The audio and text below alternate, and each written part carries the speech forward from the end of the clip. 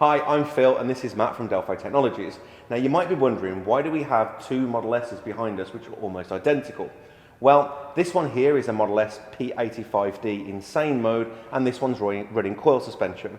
This one is the P85D with the ludicrous upgrade and this one's running air suspension. So Matt, what is it we're here to do today? Here today we're going to look at the suspension components on these vehicles. There's been numerous reported failures of these components. Here at Delphi Technologies we have these products in range and we're going to look at the resulting failures and how to repair and replace. Let's take a look at the lower suspension components, but firstly we'll remove the wheel. Before we take a closer look at the suspension components, let's look at the resulting failure. So when this bottom arm fails, and that's what we're going to be looking at in the other vehicle, we get this lateral movement now, you can see in the wheel. As the bottom arm breaks, there's now complete play. And as we're going to show you, what can happen is this wheel then can either hit the front arch or hit the back arch, depending on whether you're going in forward or reverse. We're going to pan back now to the other vehicle, and we're going to take a real closer look on how to replace that arm. Now the wheel's removed, let's raise the vehicle to get a closer look at the bottom suspension components. Can you raise the vehicle, Phil? On these particular vehicles we have two suspension components that are responsible with securing the position of the road wheel.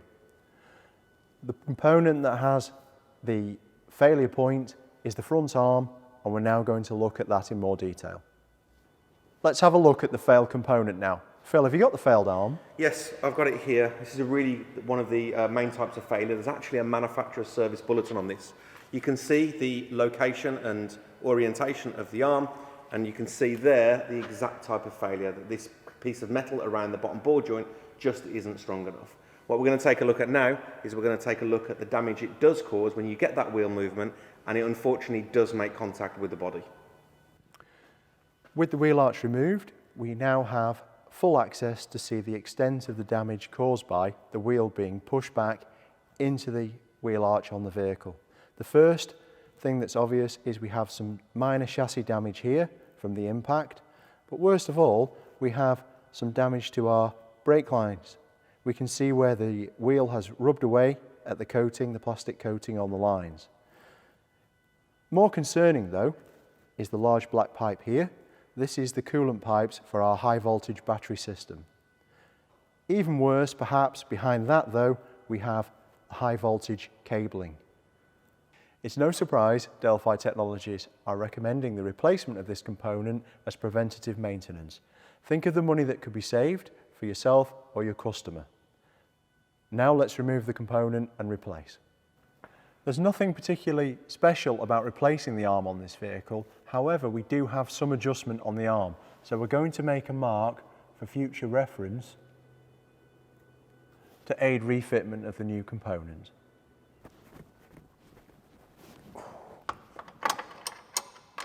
Now we've removed the securing bolt, we'll remove the bottom ball joint. Now we'll fit the replacement component.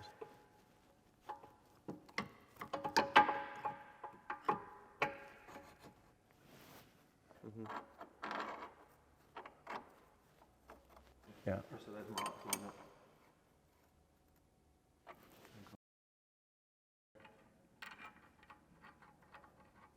Remember, before finally tightening all the bolts, to put some upward force on the bottom arm to simulate the weight of the vehicle.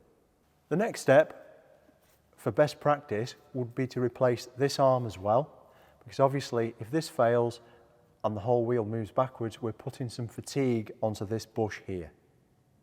Let's look at replacement.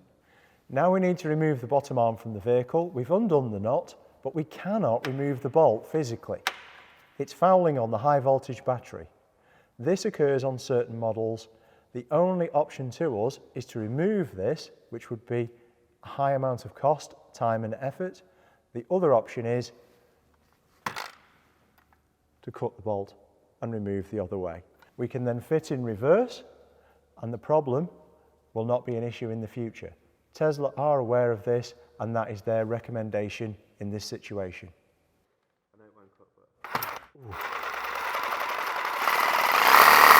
We've now removed the three fixings As you saw, we had to use a cutting method for this bolt because there's just no way to remove it other than that. We're now going to remove the arm.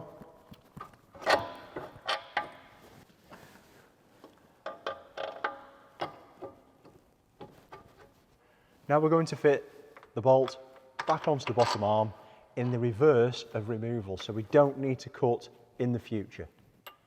We have both arms fitted to the vehicle. The only thing remaining to do now is to pop the wheel on, put the vehicle on a full wheel alignment and make sure we're within tolerance.